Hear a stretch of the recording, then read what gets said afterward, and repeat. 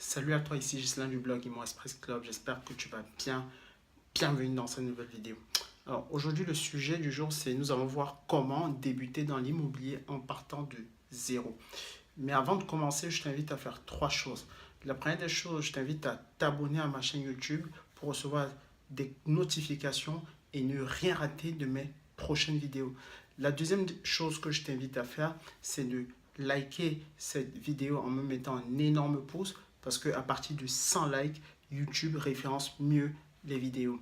Et la troisième des choses que je t'invite à faire, c'est de partager cette vidéo à toutes tes connaissances qui pourraient être intéressées par l'investissement immobilier. Maintenant que c'est fait, nous allons donc passer au sujet du jour, comme je l'ai dit précédemment, qui est comment débuter dans l'immobilier en partant de zéro.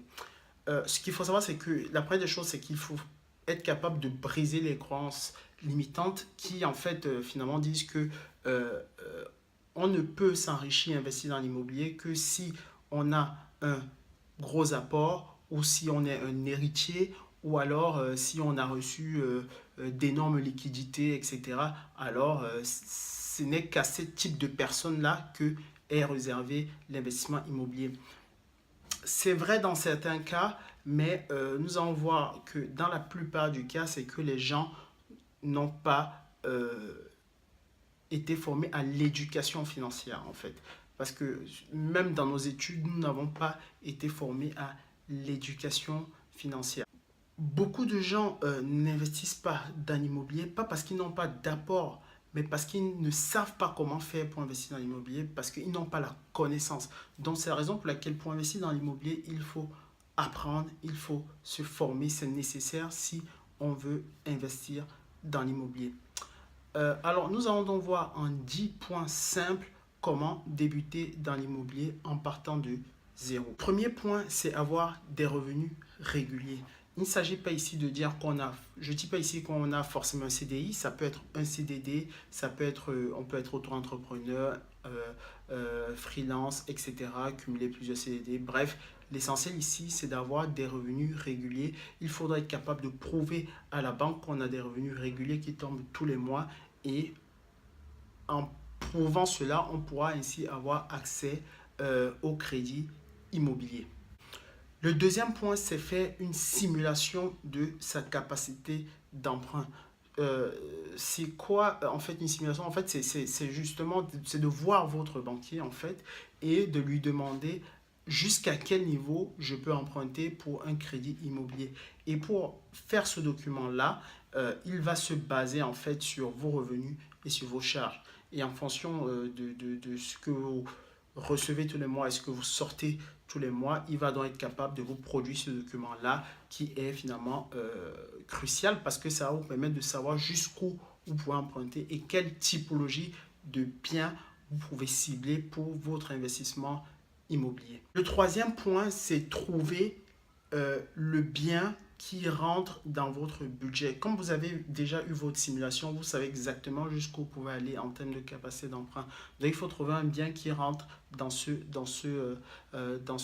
budget-là. Et en fait, pour trouver le bien, méthode classique, effectivement, c'est Internet. Donc, Le Bon Coin sur Loger, ça marche super bien. PAP, ça marche super bien. Donc, rien que déjà avec ces trois sites-là, vous êtes capable de trouver un bien qui rentre dans votre budget. Et sans compter qu'après, il y a des connaissances. Enfin, ça peut aussi être les réseaux sociaux. Sur les réseaux sociaux, il y a des gens qui postent des annonces. Ça peut être vos connaissances. Vous avez connaissance de quelqu'un qui vend son appartement et ça vous intéresse. Donc, vous positionnez là-dessus. Donc, en fait, voilà.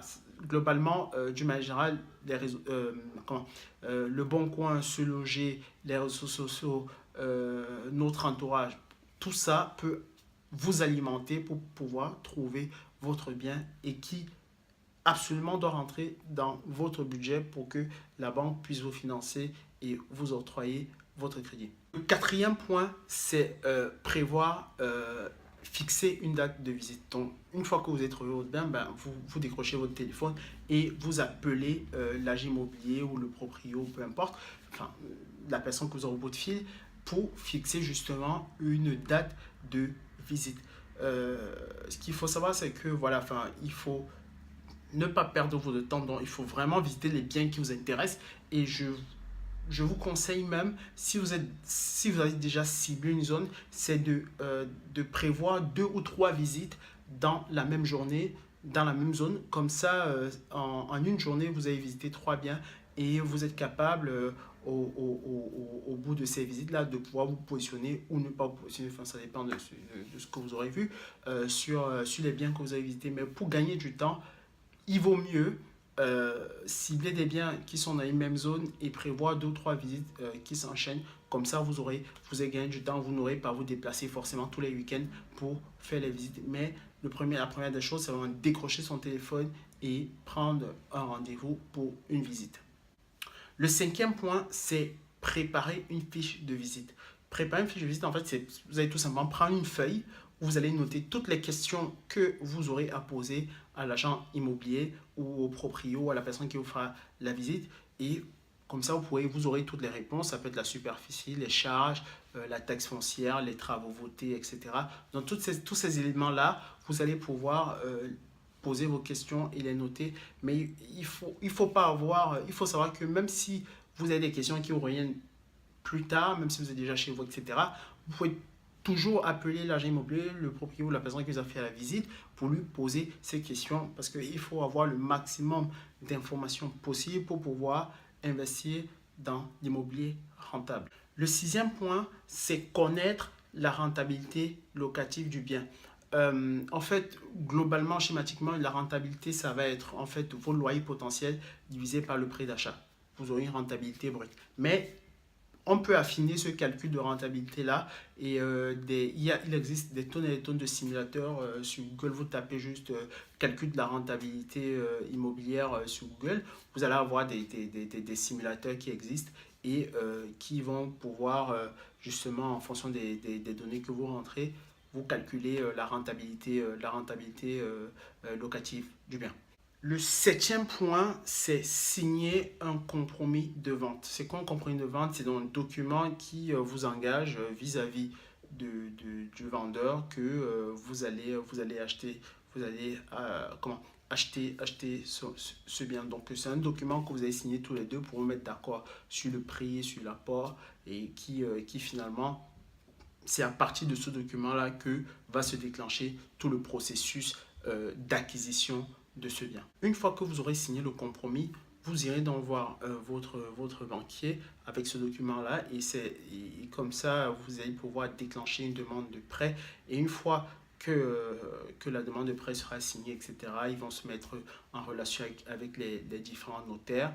Et en fait, c'est la signature chez le notaire qui acte effectivement que vous rentrez en possession du bien. Ce n'est absolument pas la signature du compromis, c'est vraiment la signature de l'acte définitif chez le notaire qui finalise en fait l'opération et à partir de ce moment-là, vous êtes effectivement propriétaire du bien. Le 8e point, c'est en fait rénover l'appartement ou le meubler. Donc là, ça dépend vraiment de comment est l'appartement. Mais très souvent, pour doper la rentabilité d'un appartement, c'est bien quand même de passer un petit coup de rafraîchissement pour le rehausser et pouvoir même, pourquoi pas, augmenter la valeur locative du bien. Mais en tout cas, voilà, le 8e point, c'est rénover et ou meubler. Donc ça dépend de comment est l'état du bien. Vous pouvez le rénover, rafraîchir et ensuite le meubler. Voilà, et puis comme ça, vous pouvez doper la rentabilité de votre bien locatif. Le 9e point, c'est la mise en location de votre appartement. Pour la mise en location, il faut faire de jolies photos. Vous pouvez vous appuyer sur un photographe professionnel. Comme ça, vous aurez gardé les photos et ces photos, vous pourrez les utiliser au fur et à mesure pour la mise en location de votre bien. Ou vous pouvez tout simplement déléguer la mise en location de votre bien à une agence immobilière. Là, une fois de plus, c'est votre choix. Si vous pouvez gérer la mise en location en propre, pourquoi pas. Si vous voulez déléguer à une agence, c'est à vous de voir. Pour la mise en location, voilà, enfin, vous faites des photos, vous faites venir un photographe professionnel pour faire de jolies photos. Vous les postez sur les sites connus, hein, Le Bon Coin, PAP, etc. Sur les réseaux sociaux pour pouvoir justement avoir des candidatures pour votre appartement. Et le 10e point, en fait, finalement, c'est signer le contrat de bail avec le locataire. Et là, je vous renvoie dans ma précédente vidéo qui était comment choisir un bon locataire. Donc, c'est hyper important de bien choisir son locataire parce que, effectivement, si un locataire ne paye pas, c'est la catastrophe. Donc, il faut vraiment prendre le temps de bien choisir son locataire parce que c'est un maillon fort de votre investissement.